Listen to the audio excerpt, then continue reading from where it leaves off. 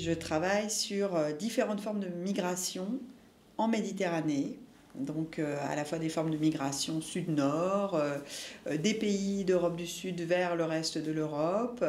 des formes de circulation en Méditerranée aussi. Je travaille essentiellement sur la dimension féminine des migrations. Donc sur les migrations féminines,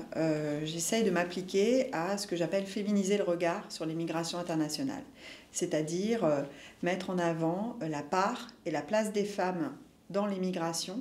mais aussi montrer comment en fait mettre en avant la part des femmes permet aussi de renouveler notre lecture et notre compréhension des migrations dans leur ensemble.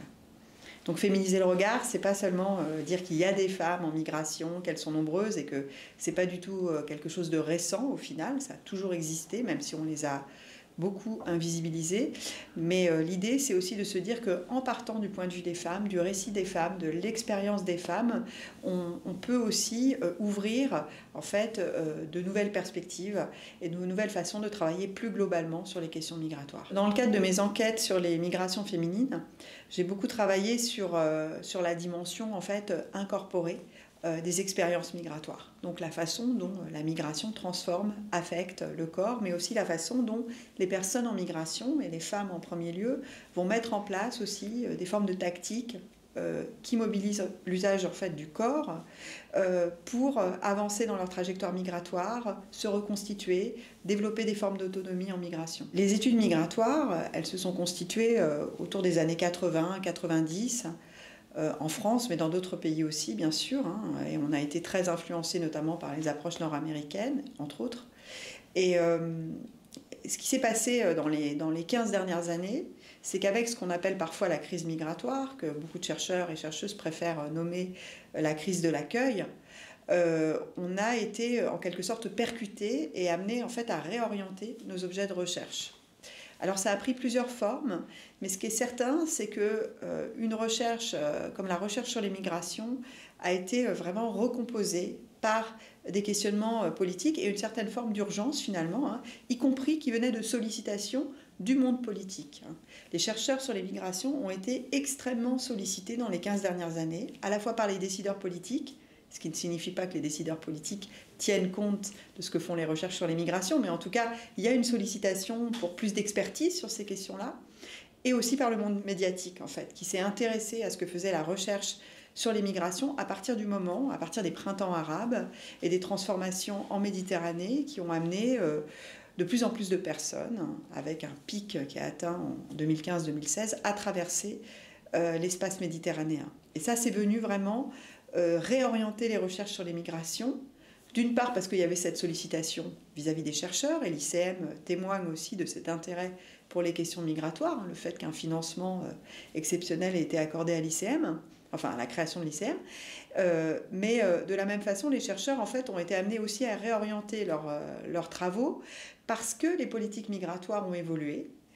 dans un sens de durcissement, il faut bien le dire, donc dans un sens aussi de plus en plus répressif, ou en tout cas dissuasif vis-à-vis des migrations, et que cette évolution-là a amené les chercheurs à se poser de nouvelles questions. Donc ça, c'est un premier point. Et puis une autre évolution des recherches dans les études migratoires dans les 15 dernières années est liée aussi à l'augmentation de ce qu'on appelle les migrations forcées parfois, c'est-à-dire des migrations qui, pour différents motifs, qui sont en général imbriqués et qu'on ne peut pas distinguer forcément de façon extrêmement claire les uns des autres,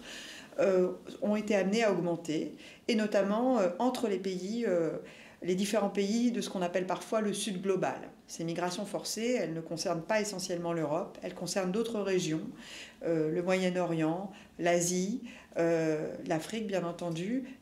et c'est sur ces questions-là aussi, l'Amérique latine, que les chercheurs de l'ICM travaillent. Alors pour moi, l'ICM a permis au moins 3 choses. Décloisonner les terrains, donc véritablement ouvrir de nouvelles perspectives de recherche, de nouveaux fronts de recherche en quelque sorte, hein, en donnant les moyens aux chercheurs d'aller voir les très grandes migrations de ces dernières années, de la migration afghane à la migration vénézuélienne, en passant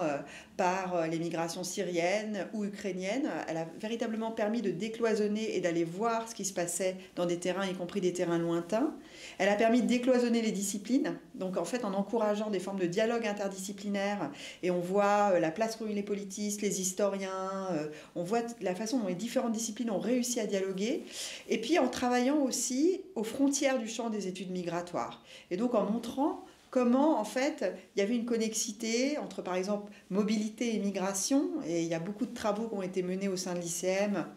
sur les mobilités privilégiées, sur les mobilités intra-européennes et la façon dont ça s'articule à des questions migratoires, ou sur la question des inégalités, du racisme, des discriminations. Toutes ces questions-là qui ont été articulées à la question migratoire ont été très fortement, ont permis d'avancer très fortement.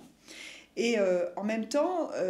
la question qui se pose aujourd'hui pour l'ICM, c'est de savoir comment tirer profit en fait, de cette interdisciplinarité, de ces nouveaux terrains, de ces synergies qui ont été construites entre différents champs de recherche, et comment on peut continuer à avancer là-dedans, dans ces directions-là, tout en ne bénéficiant plus des mêmes moyens.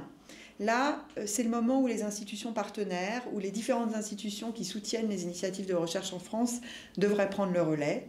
notamment en créant en fait des postes. Je ne l'ai pas dit encore, mais dans l'ICM, il y avait aussi une initiative de formation très forte, de soutien à la formation en master, avec la création d'un master co-accrédité, mais aussi de soutien à la recherche doctorale. Et tout ça, il faudrait qu'il y ait des relais aujourd'hui au niveau des institutions partenaires, le CNRS bien sûr, mais aussi les universités, les instituts de recherche, le HESS, pour continuer à porter ce projet-là. Parce qu'on a plus que jamais, en fait, besoin d'experts et de chercheurs et de chercheuses sur ces questions de migration. Mais il faut aussi que les relations, les réseaux, les synergies qui ont été créées grâce à l'Institut ICM puissent continuer à vivre. Et donc il faut qu'on puisse encore, ce que moi j'ai beaucoup apprécié dans l'expérience de l'ICM, c'est la dimension horizontale, collective, le fait qu'on soit coporteur de projets, d'initiatives interdisciplinaires. Je pense que ça nous a beaucoup enrichi. Il faut qu'on arrive à trouver des espaces de travail voilà, de cette même qualité aujourd'hui, qu'on puisse faire vivre en fait les relations qui ont été nouées, qui vont au-delà des institutions spécifiques, au-delà des statuts des uns et des autres. On a réussi à travailler ensemble. Alors ça s'est fait à la fois à l'intérieur de l'espace de la recherche, et ça il faut qu'on réussisse en construisant des projets, des réseaux, à faire que ça continue. Au niveau international, bien entendu, dans les connexions qu'on a pu développer, et l'appartenance à EMISCO en fait partie, mais aussi au niveau des actions de formation, bien entendu. Au niveau du rapport sciences-société, il y a des initiatives qui sont nées avec l'ICM, comme des Infox, qui vont, je pense, continuer à exister, qui sont importantes, mais dans la relation à la fois avec les médias, avec les décideurs politiques, dans cette question de l'expertise qui est toujours de plus en plus sollicitée, il faut qu'on puisse avoir une place. Et enfin, dans les horizons plus qu'interdisciplinaires, dans aussi la façon dont l'ICM s'est aussi frotté à la question des écritures alternatives, de la création en migration, de la façon dont aussi, de ce point de vue-là, l'ICM a permis d'ouvrir de nouvelles pistes, à la fois de récolte des données, mais aussi de valorisation et de communication. Je pense que tout ça, on va essayer, ce serait bien que ça se poursuive. Alors l'expérience de refonte d'exposition permanente du Musée national de l'histoire de l'immigration, on peut dire qu'il a été très lié à l'ICM, puisque 4 fellows de l'ICM, donc Marianne Amar, Emmanuel Blanchard, Delphine Diaz et moi-même, étaient en fait les membres du commissariat scientifique de cette exposition. Donc c'est un exemple très fort, je pense, de la façon dont la recherche sur les migrations, et en particulier sur l'histoire des migrations, puisqu'il s'agit d'un musée d'histoire, a été associé à la création d'une nouvelle exposition qui, évidemment, a pour vocation de rester un certain nombre d'années au musée. C'est un espace très intéressant pour permettre de faire connaître la recherche, et donc nous, on a un peu eu ce rôle en tant que commissaire scientifique aussi de passeur, en fait, entre la recherche sur les migrations, mais aussi sur le racisme, sur les mobilisations, sur les inégalités telles qu'elles se fait aujourd'hui, et le grand public, en rappelant que les questions de racisme, les questions de xénophobie, mais aussi les questions d'intégration, pour utiliser un mot qui quand même amène à débat dans notre communauté de chercheurs, mais en tout cas les questions d'intégration migration, ou les questions d'insertion, de monde du travail, les questions donc aussi économiques, mais les questions aussi de la place qu'on fait aux descendants de l'immigration. Toutes ces questions-là ne sont pas des questions nouvelles. Et donc on commence cette exposition au XVIIe siècle, justement pour ouvrir du point de vue historique et rappeler en fait aux visiteurs qu'on est dans une histoire longue, une histoire complexe, une histoire qui nous concerne tous et toutes, en fait une histoire commune, pour reprendre l'expression de Patrick Boucheron.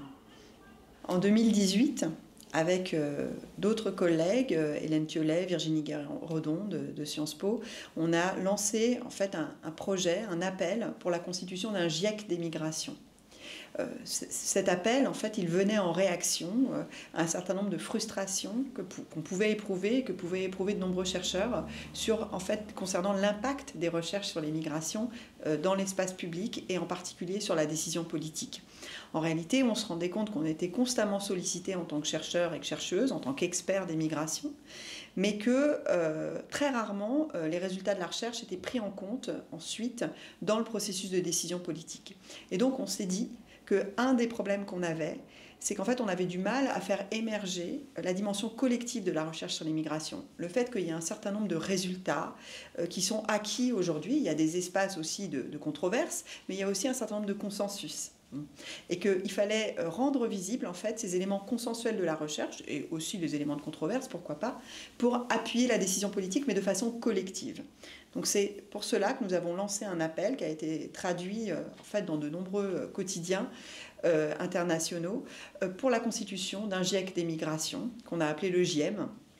Et ce GIEM, c'est un projet qui a été porté dans le cadre de l'ICM en France, mais qui a été aussi porté par d'autres instituts de recherche à l'étranger et qui aujourd'hui est en constitution. Donc après plusieurs années de travail collectif pour essayer de voir quelle serait la gouvernance, quelle serait la configuration de ce GIEC des migrations vers une recherche indépendante, internationale, interdisciplinaire et de plus en plus visible et compréhensible, eh bien aujourd'hui le projet continue et on espère un jour aboutir sur une structure en fait qui permettra de porter auprès des décideurs politiques notamment, mais aussi auprès du grand public, la voix des chercheurs et des chercheuses qui travaillent sur les migrations. Cette question du GIEC des migrations, elle pose aussi la question de la nécessité en fait d'inscrire la recherche qui est menée en France et dans les espaces francophones dans un espace plus large qu'est l'espace international de la recherche sur les migrations. Les chercheurs qui travaillent sur les migrations aujourd'hui lisent beaucoup de travaux dans plusieurs langues. On a des compétences linguistiques en fait assez rares dans les travaux sur les migrations, mais la visibilité de la recherche qui se fait en France aujourd'hui est parfois un peu cantonnée à l'espace francophone. Enfin, ce n'est pas toujours le cas, mais en partie cantonnée à l'espace francophone. Et donc, il faut qu'on continue à travailler vers plus d'internationalisation de la recherche. Ça veut dire aller de plus en plus vers des espaces que sont les espaces anglophones, puisque un certain nombre de revues existent en anglais, un certain nombre d'espaces d'échange existent en anglais, dont la conférence IMISCO, mais aussi amener des collègues d'autres pays, d'autres contextes, à aller aussi vers plus de plurilinguisme, parce que c'est fondamental. L'espagnol, le français, bien sûr, mais d'autres langues encore, le chinois, d'autres, sont centrales aujourd'hui dans la recherche sur les migrations. Il faut qu'on arrive à construire des espaces de dialogue. Ça passe par, évidemment, le fait d'être à l'aise, d'amener des jeunes chercheurs, par exemple, à travailler leurs compétences linguistiques pour être de plus en plus à l'aise dans ces espaces plurilingues. Mais ça amène aussi à financer, à soutenir des opérations de traduction qui sont fondamentales dans le contexte d'une recherche qui ne peut être de qualité que menée dans un contexte plurilingue, parce que les lieux d'où proviennent les migrants, les lieux vers lesquels vont les migrants, les espaces dans lesquels communiquent les personnes en migration sont des espaces plurilingues, et il faut absolument qu'on continue à avoir une attention et une exigence par rapport à cette question du plurilinguisme. Parmi les thématiques qui pour moi sont importantes, mais c'est lié à ma formation, à ma trajectoire de recherche, il y a la question des mobilités et des circulations. On a beaucoup insisté ces dernières années sur les frontières, l'exil, les migrations forcées, qui sont une dimension de plus en plus importante et sur laquelle il faut continuer à maintenir un effort de recherche et de compréhension. Mais en parallèle, on a un peu laissé de côté des questions qui étaient très présentes dans la recherche dans les années 90-2000 concernant des formes d'existence transnationale, des formes de circulation, de connexion transnationale, qui ont été après renouvelées, je pense aux travaux notamment de Dana Diminescu sur les migrants connectés à travers la question du numérique, et qui aujourd'hui méritent d'être de nouveau examinées à la lumière aussi ce que Michel Agier appelle la montée des frontières, donc le fait que de plus en plus notre monde soit un monde cloisonné, clos, fermé aux questions migratoires. Donc cette articulation entre des circulations, des mobilités et des phénomènes de fermeture, de blocage, d'immobilité, la question de l'immobilité,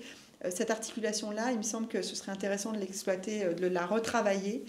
dans les prochaines années. Et puis l'autre point, c'est de continuer à travailler sur des méthodes plus horizontales, plus participatives, si possible, plus créatives, et de les articuler à tout ce qu'on sait déjà faire dans nos recherches, c'est-à-dire de la rigueur, des enquêtes poussées, approfondies, plus traditionnelles, basées sur des méthodes plus traditionnelles. Cette articulation-là, elle est importante aujourd'hui. Il y a une demande sociale aussi, une demande politique vers des approches aussi plus